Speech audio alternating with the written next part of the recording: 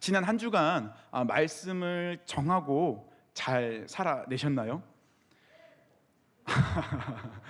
자신 있게 아멘 참 힘들긴 하죠. 참 쉽지는 않았습니다. 저도 나태해지기도 하고 귀찮아지기도 하고 저도 모르게 막 이렇게 손을 벌써 클릭하고 있는 부분도 또 발견되기도 하고 그러니까 마음을 결정하고 살아낸다는 것이 결코 쉬운 일이 아니구나라는 것을 경험하는 또 한 주를 보냈었습니다.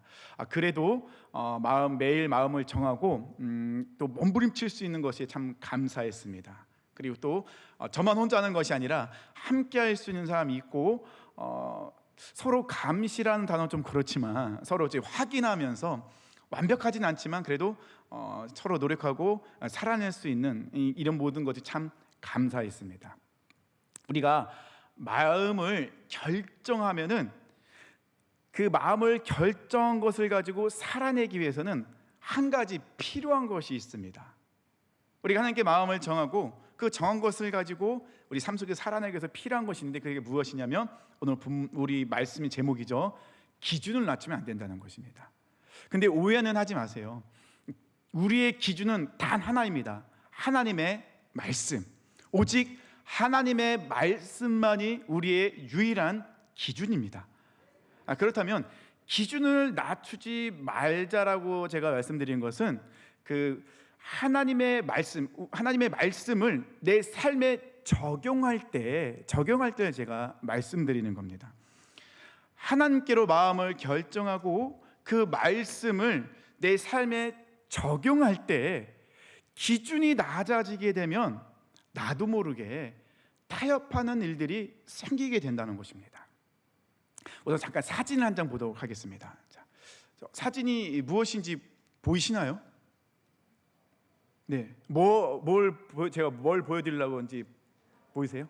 예, 저기 이제 한 대학가에 있는 사주 타로샵인데 하나만 있는 게 아니라 이렇게 쭉 있어요. 이렇게 사주 타로샵 거리예요. 예, 이렇게 대학교에 있습니다. 근데 생각보다 이런 샵이 좀 많이 있어요. 좀 지난 기사이긴 한데 2016년에 신문 기사가 있었습니다. 런닝맨 방송 출연 이렇게도 있는데요. 신문 기사가 있었는데 제목은 뭐냐면요. 서울 교원대학 평생교육원 실전 사주 및 타로 배우기 강좌 개설에서 기사가 이렇게 나와 있습니다. 과학이 발달하고 미신을 배척하는 시대지만 그 이면에선 여전히 타로, 사주샵 등 상담소가 성업하고 있다. 미래와 운명에 대해 알고 싶어 하는 건 인간의 본능이기 때문이다. 최근에는 단순한 호기심이나 상담을 받는 데 그치지 않고 직접 타로 카드나 사주를 공부하려는 사람이 늘고 있다. 사주와 타로를 공부하고 상담가로 활동하려는 수요가 증가하는 가운데 서울교대 평생교육원이 사주와 타로 두 실전 상담가를 초청해 여름방학 특강을 개최한다. 이번 특강에는 실전 분석 명리학 아무개 씨와 실전 타로 아무개 씨 두 전문가가 강사로 나선다.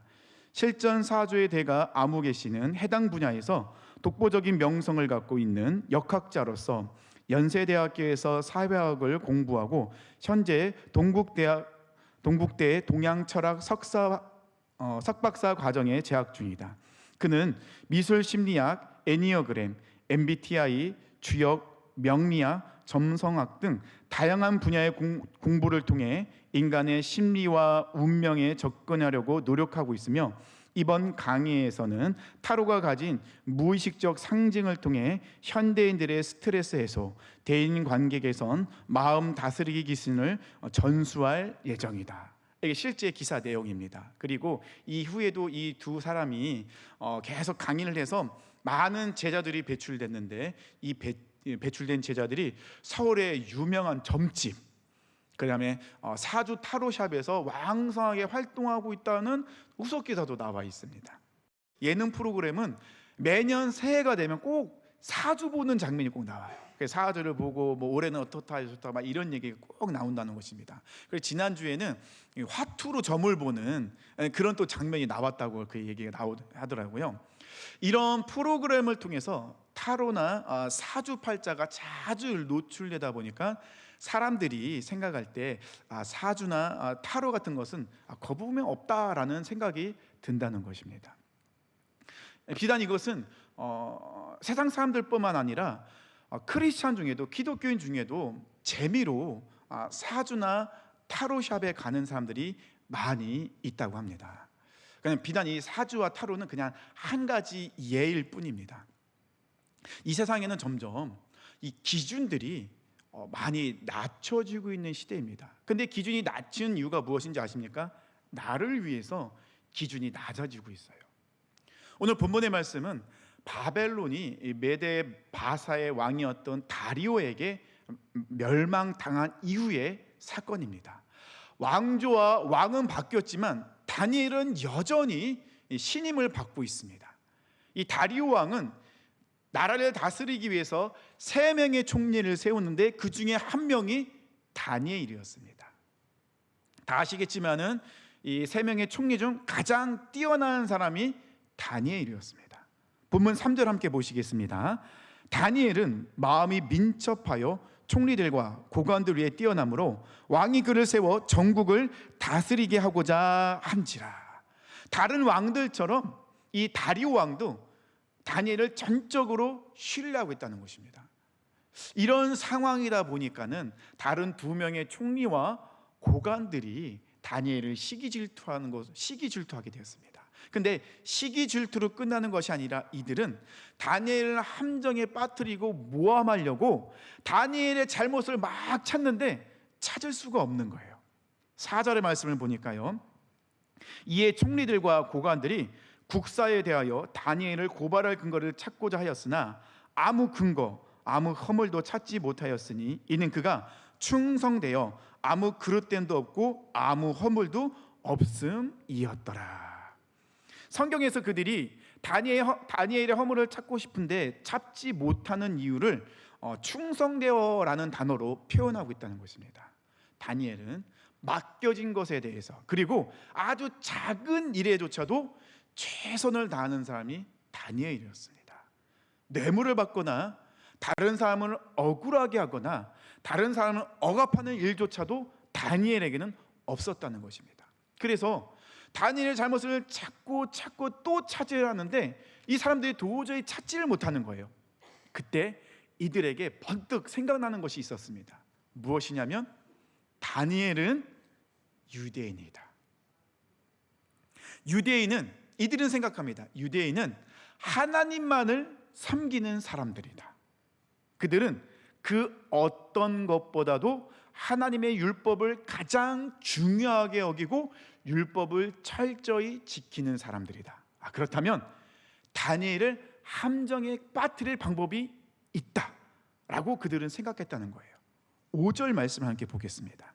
그들이 이르되 이 다니엘은 그 하나님의 율법에서 근거를 찾지 못하면 그를 고발할 수 없으리라 하고. 지금 이 사람들은 무엇을 생각하고 있습니까? 다른 것으로 다니엘 생활이나 아니면 그의 일하는 거나 모든 것을 보면은 흠이 없어요. 잘못하는 게 없어요. 도저히 그를 함정에 빠뜨릴 방법이 없어요. 모함을 할 수 없어요. 근데 이들이 생각한 뭡니까? 다니엘은 유대인이지. 다니엘을 함정에 빠뜨리려면 그가 믿는 하나님의 율법을 이용해야 된다는 거예요. 하나님의 율법을 이용하면 다니엘을 함정에 빠뜨릴 수 있다는 거예요. 이 5절 말씀을 읽으면서 이 5절 말씀을 통해서 저 제 삶을 되돌아보니까 좀 많이 부끄럽고 한편으로는 막 가슴이 뛰기도 해요. 나도 다니엘처럼 저 사람은 하나님의 방법을, 하나님의 율법을 가지고 넘어뜨려야 넘어질 수 있다라고 인정받았으면 좋겠다. 그런 마음도 들었다는 겁니다. 그들은 하나님의 율법을 이용해서 다니엘을 함정에 빠뜨릴 계획을 세웁니다. 다리오 왕에게 찾아가서 그들은 요청합니다. 왕이시여, 한 가지 법률을 세웠으면 좋겠습니다. 어떤 법률이냐면요, 30일 동안 왕이 아닌 다른 신이나 다른 사람에게 구하는 사람, 무엇이든지 구하는 사람이 있으면 그 사람을 사자굴에 던지면 좋겠습니다. 그리고 또 한 가지, 왕이 조서를 내릴 때 이 조서의 내용을 절대로 바꿀 수 없는 금령까지 내렸으면 좋겠습니다. 왕이 조서를 내리며 당시의 왕의 조서를 내리면 그 조서는 바꿀 수가 없어요. 그런데 이들은요, 지금 다리오 왕이 다니엘을 신임하고 있는 걸 알고 있어요. 그러니까는 혹시라도 모르니까는 왕이 이번 조서를 내릴 때 이 조서를 절대로 바꾸지 못하는 금령까지 내리자고 이야기하고 있는 거예요. 다리오 왕으로서는 거절할 이유가 없는 거예요. 자기가 신보다 더 위대해지잖아요. 자기에게만 구해야 되는 거예요. 다른 신이나 다른 사람에게 그 어떤 것도 구하면 안 돼요. 그러니까 다리오 왕은 그냥 흔쾌히 승낙을 합니다. 이제 이 법령이 시행되기 시작합니다. 이제는 30일 동안 다리오 왕이 아닌 다른 신이나 다른 사람에게 어떤 거든지 구하면 사자굴에 던져지게 되는 겁니다. 근데 우리가 여기서 한 가지 기억할 것이 있는데 무엇이냐면 30일입니다. 30일. 기간이 정해져 있어요. 10절의 말씀을 보면요, 다니엘이 이 조서에 왕의 도장이 찍힌 것을 알고도 자기 집에 돌아가서는 윗방에 올라가 예루살렘으로 향한 창문을 열고 전에 하던 대로 하루 3번씩 무릎을 꿇고 기도하며 그의 하나님께 감사하였더라. 다니엘은 왕의 도장이 찍힌 조서, 이 법령을 보고도 그가 하던 대로 그가 예전에 하던 대로 집에 돌아가서 예루살렘을 향하여 창문을 열고 하루에 3번씩 하나님께 무릎 꿇고 기도합니다. 제가 아까 30일을 기억해야 된다고 말씀드렸잖아요. 우리에게 자주 찾아오는 유혹입니다. 지금 선포된 법령은 딱 30일만 효력이 있어요. 그러니까 30일만 기도를 하지 않으면 아무 일도 안 일어나요. 30일입니다. 사랑하는 성도님들을 만약에 이런 상황에 놓인다면 어떻게 하시겠습니까? 딱 30일만 참으시면 돼요. 사탄은 우리에게 속삭입니다. 30일만 기준을 낮추면 돼. 30일만 기준을 낮추면 죽지도 않고 예전처럼 살 수 있어. 하나님도 다 이해하실 거야. 30일 후에는 다시 기도할 수 있어. 그때 다시 기도하면 되잖아. 딱 30일이면 돼. 신구약 중간기에 성전에서는 처참한 일들이 일어나게 됩니다. 셀루쿠스 왕조의 안티오쿠스 4세라는 사람이 있었습니다. 이 안티오쿠스 4세의 아버지는 안티오쿠스 3세인데요. 이 아버지 안티오쿠스 3세는 유대 친화 정책을 폈어요. 유대인들의 종교와 문화와 언어와 이 모든 걸 다 인정해 주었어요. 근데 그의 아들이었던 안티오쿠스 4세는 유대인을 핍박하기 시작합니다. 핍박하는 이유는 단 하나예요. 그들이 헬라어를 거부하는 거예요. 유대인들은 유일신 사상이잖아요. 하나님만 믿고 하나님의 율법만을 지킵니다. 그래서 헬라의 신, 헬라의 문화, 헬라의 언어, 이 모든 것들을 다 거부하고 있는 거예요. 그래서 안티오쿠스 4세는 유대인들을 핍박합니다. 한 번은 이 안티오쿠스 4세가 이집트를 점령하러 갔는데 로마 장군에게 치욕을 당하고 돌아옵니다. 점령하지 못하고 돌아오는 길에 예루살렘에 들러서 화풀이를 하는 거예요. 자기가 치욕당한 거, 이집트를 점령하지 못한 것을 예루살렘에 화풀이를 하는데 어떻게 하냐면 하나님의 성전에 들어가서 그곳에 제우스 신상을 세웁니다. 그리고 성전에 돼지 피를 뿌리는 거예요. 성전에는 거룩한 곳입니다. 돼지는요 부정한 동물이에요. 이 돼지 피를 막 성전에 뿌리는 겁니다. 그리고 할례를 금지하고 할례하는 아이들을 죽이기까지 하고 있습니다. 이런 상황 속에서 한 신앙의 일화가 있습니다. 한 어머니와 7 아들이 안티오쿠스 4세에게 끌려왔어요. 안티오쿠스 4세는 그들에게 돼지고기를 먹으면 살려주고 먹지 않으면 시뻘겋게 달군 솥에 던져서 죽이겠다고 협박합니다. 유대인들에게 돼지는 부정한 동물입니다. 그래서 돼지고기는 음식 정결 내에 먹지를 못하게 돼 있어요. 그런데 한 번만 먹으면 되잖아요. 근데 어머니는 아들들에게 믿음으로 권면하고 있고 그 다음에 용기를 북돋아 줍니다. 어머니가 아들들에게 이야기합니다. 하나님께서 너를 다시 살릴 것이다. 하지만 오늘은 하나님의 이름으로 당당하게 죽자. 어머니가 아들들에게 이렇게 믿음의 권면을 하는 거예요. 그래서 이 아들들은 신앙을 고백하면서 돼지고기를 먹지 않음으로 죽습니다. 첫째부터 막내까지 다 죽습니다. 이제 마지막으로 어머니만 남았는데, 마지막으로 남아있는 어머니에게 이 안티오쿠스 4세는 사장하듯이 이야기합니다. 한 번만 먹어라. 한 번만 마음을 바꿔봐라. 다니엘과 세 친구는요, 그리 아니하실지라도를 외쳤어요. 근데 하나님이 살려주셨습니다. 그런데 이 어머니와 7 아들은 정말 그리 아니하실지라도 외치며 죽었어요. 어머니와 7 아들의 이름이 나오진 않습니다. 이름이 나오지 않는다는 것은 그만큼 중요하지 않은 사람이었다는 거예요. 하지만 하나님께서 보시기에는 이들은 그 누구보다도 소중한 사람이었을 것입니다. 어머니와 7 아들은 죽음 앞에서 기준을 낮추지 않습니다. 신앙의, 믿음의 기준을 낮추지 않습니다. 딱 한 번만 먹으면 돼요. 한 번만 기준을 낮추면 돼요. 그럼 살 수 있어요. 그런데 어머니와 그 아들은 자기를 위해서 기준을 낮추지 않습니다. 하나님을 위해서 당당히 기준을 높입니다. 본문으로 돌아가서요, 지금 다니엘은 위기에 처해 있습니다. 다니엘이 하루에 3번씩 예루살렘으로 향한 창문을 열고 하나님께 무릎 꿇고 기도하는 것을 두 총리와 고관들은 알고 있었어요. 그들은 유대인 다니엘의 신앙을 알고 있었고 그 신앙을 인정했습니다. 그리고 다니엘이 절대로 하나님을 배반하지 않을 것이라는 확신도 갖고 있었습니다. 다시 말하면요, 다니엘은 항상 어디서나 하나님 중심의 삶을 살고 있었다는 것입니다. 이제 다니엘은 선택을 해야 됩니다.